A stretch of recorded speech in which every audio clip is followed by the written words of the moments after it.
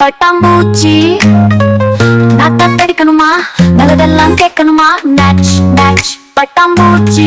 வணக்கம் நேயர்களே, நீங்கள் கேட்டுக்கொண்டிருப்பது பட்டாம்பூச்சி பண்பலை நேயர்களுக்கு இனிய பொங்கல் தின நல்வாழ்த்துக்கள்.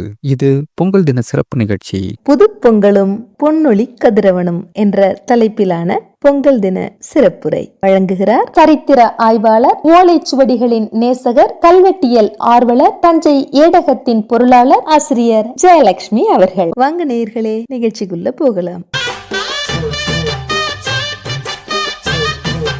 அன்பான பட்டாம்பூச்சி எஃப்எம்மின் நேயர்களே, உங்களுக்கு என் இனிய பொங்கல் நல்வாழ்த்துக்களை தெரிவித்துக் கொண்டு, சூரியனும் பொங்கல் விழாவும் என்கிற தலைப்பில உங்களுடன் சில கருத்துக்களை பகிர்ந்து கொள்ளலாம் என நினைக்கின்றேன். தாவரங்களுக்கு தேவையான சத்துகளையும், விலங்குகளுக்கு தேவையான உணவு ஆற்றலையும், மனிதர்களுக்கு தேவையான உணவுப் பொருளான தானியங்கள், மூலிகைகள், கீரைகள், பழங்கள், காய்கறிகள் போன்றவற்றை ஒளிச்சேர்க்கை மூலம் உற்பத்தி செய்வதில் சூரியனுக்கு மிஞ்சிய சக்தியே இல்லை எனலாம்.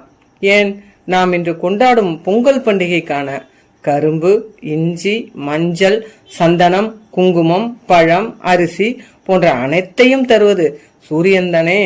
இந்த சூரிய கடவுள் 7 குதிரை பூட்டிய ரதத்துல வருவதா வானசாஸ்திர நூல் சொல்லுகிறது. சூரியன் என்கிற அந்த வெள்ளை ஒளியிலது 7 நிறங்களாக பிரிகிறது.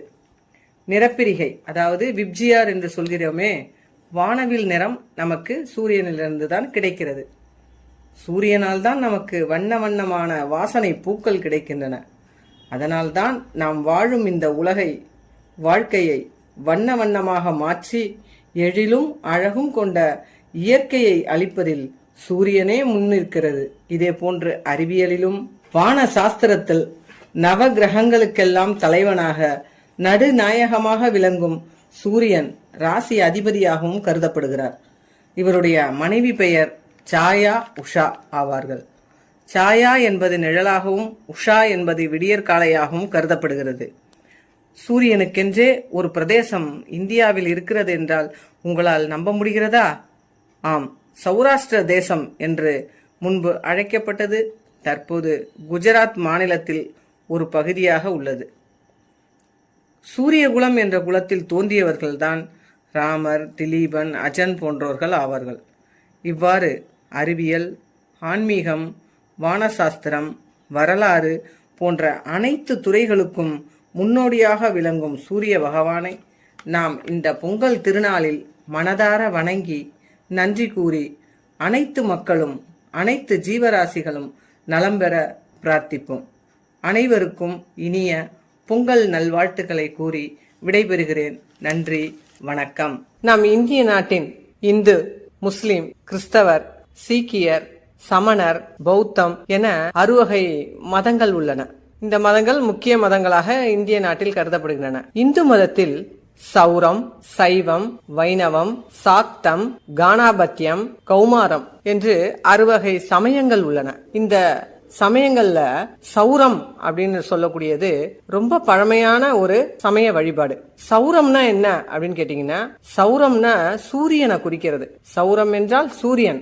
ஆகவே சூரிய வழிபாடு அப்படிங்கிறது நம்ம நாட்டுல ரொம்ப மிகவும் பழமையான ஒரு வழிபாட்டு முறை. இது ஒரு இயற்கைய நம் வாழ்வின் மூலமான ஆதியை வழிபடுதல் ஆகும். சூரியனுக்கு ஆதித்யன் அப்படிங்கிற பேரும் இருக்கு. நம் முன்னோர்கள் என்ன செய்வாங்க, காலையில எழுந்து காலை கடன்களை முடிச்ச உடனே சூரிய வழிபாடு செய்யறத தான் முதன்மையா கொண்டிருந்தனர். அதனை சூரிய நமஸ்காரம் அப்படிங்கிற பேர்ல உடற்பயிற்சியாகவும் யோக பயிற்சியாகவும் 12 நிலைகள்ல செஞ்சாங்க. அந்த வழிபாட்டின் போது வெற்றியை தரக்கூடிய அகத்திய மாமுனிவர் இயற்றி தந்த ஆதித்ய ஹிருதயம் அப்படிங்கிற ஸ்லோகத்தை கூறும் வழக்கமும் உண்டு. இந்த வழிபாடு மனதுல தோன்றக்கூடிய எதிர்மறை எண்ணங்களை அழிச்சு நல்ல வழிபடுத்தும். அதே போல புற எதிரிகளுடைய தாக்கத்திலிருந்தும் நம்மளை காப்பாற்றி வெற்றி பெற வைக்கக்கூடிய தன்மையுடையது இந்த ஆதித்ய ஹிருதயம் அப்படிங்கிற இந்த வழிபாடு. சூரியன் தன்னுடைய வடக்கு நோக்கிய நகர்தல்ல அந்த தொடக்கத்தை தான் இந்த நாள் குறிக்கிறது. இதற்கு உத்தராயண புண்ணிய காலம் என்று பெயர். அதாவது சூரியன் 6 மாதம் தட்சிணாயனம் என்றும் 6 மாதம் உத்தராயணம் என்றும் 2 அயனங்கள்ல அவர் சுற்றி வரும்பொழுது உத்தராயண புண்ணிய காலத்தை நோக்கி செல்லும் பொழுது சூரியன் மகர ராசிக்குள் நுழையும் நாளதான் பொங்கல் பண்டிகை அப்படின்னு சொல்லிட்டு கொண்டாடுறாங்க. அத மகர சங்கராந்தி அப்படின்னு சொல்லுவாங்க. தை மாதம் தரையெல்லாம் குளிர் அப்படிங்கறது முடிஞ்சு, அதாவது குளிர்காலம் முடிஞ்சு அடுத்த பருவ காலமான வசந்த காலத்தை வரவேற்கிறது தான். இந்த காலத்துல மக்கள் ரொம்பவும் மகிழ்வோட நம்பிக்கையோட என்ன எதிர்பார்ப்பாங்க. ஏன் அப்படின்னு கேட்டா, தை பிறந்தால் தானே வழி பிறக்கும் அப்படிங்கறதா நம்மளுடைய நம்பிக்கை. மங்களகரமான திருமணம் போன்ற நிகழ்வுகளை இந்த மாதத்துல தான் செய்வாங்க. இது நம்ம எல்லாருக்குமே நல்லா தெரிஞ்சதுதான். இந்த நல்ல நாள்ல தான் மக்கள் நம்மை உய்விக்க கூடிய இயற்கையான கடவுள் கதிரவனுக்கு நன்றி கூறும் வகையில அறுவடையை முடிந்து புதிதாக கிடைக்க பெற்ற புத்த அரிசியினை புது பானையில இட்டு புது வெல்லம் போட்டு அந்த பொங்கல் பானைக்கு இஞ்சி கொத்து, மஞ்சள் கொத்து அதெல்லாம் கட்டி சந்தனம், குங்குமம் இதெல்லாம் இட்டு அலங்காரம் செய்து புது அடுப்புல வைத்து அதில் பாலை ஊற்றி பொங்கல் செய்வாங்க. அப்போதுதான் பால் பொங்கி வரும்போது பொங்கலோ பொங்கல் பொங்கலோ பொங்கல் அப்படின்னு மணி அடிச்சு மகிழ்ச்சியோட கூவி அந்த பொங்கல் திருநாளை கொண்டாடுவாங்க. ஏன்னா பானையில ஒலை எவ்வாறு பொங்கி வருகிறதோ அதே போல நம் வாழ்வில் இன்பம் பொங்கி வரும் அப்படிங்கிறது ஒரு நம்பிக்கை. இவ்வாறு செய்த அந்த பொங்கலை கரும்பு, வெற்றிலைப்பாக்கு, வாழைப்பழம், காய்கறி கூட்டுகளோட கதிரவனுக்கு படைத்து வழிபடுவாங்க. சிவன் கோயிலுக்கெல்லாம் போயிருக்கோம்னா பாத்தீங்கன்னா அங்க சூரியன் இல்லாத சிவன் கோயிலே இருக்காது.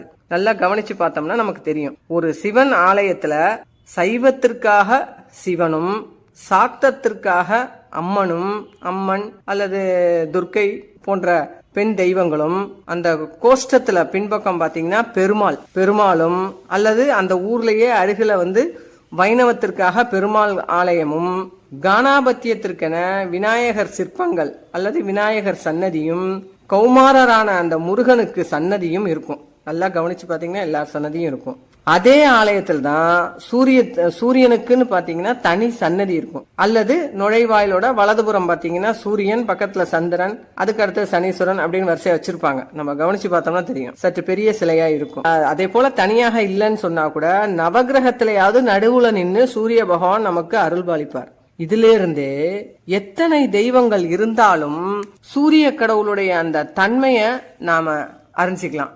இந்தியாவுல பாத்தீங்கன்னா கொனார்க்கு சூரிய கோயிலும் ரொம்ப புகழ் வாய்ந்தது. தமிழகத்துல பாத்தீங்கன்னா சூரியனார் கோயில், பருதியப்பர் கோயில் இதெல்லாம் ரொம்ப சிறப்பு வாய்ந்தது. அதே போல சூரியன் வழிபட்ட தலங்களும் இங்க நிறைய இருக்கு. இந்த பிரபஞ்சம் உருவான காலத்துல உருவாகி நம் புவிப்பந்திற்கு உயிரை உருவாக்கி நம்மையும் படைத்து நமக்கு உணவையும் அளித்து வருகின்ற, உலக உயிர்களை எல்லாம் காத்து வருகின்ற இந்த இனிய பொங்கல் திருநாளில் கதிரவனை வழிபட்டு அவன் அருள் பெறுவோமாக. பொங்கல் வாழ்த்துக்கள். இது ஒரு பட்டாம்பூச்சி எஃப்எம் தயாரிப்பு.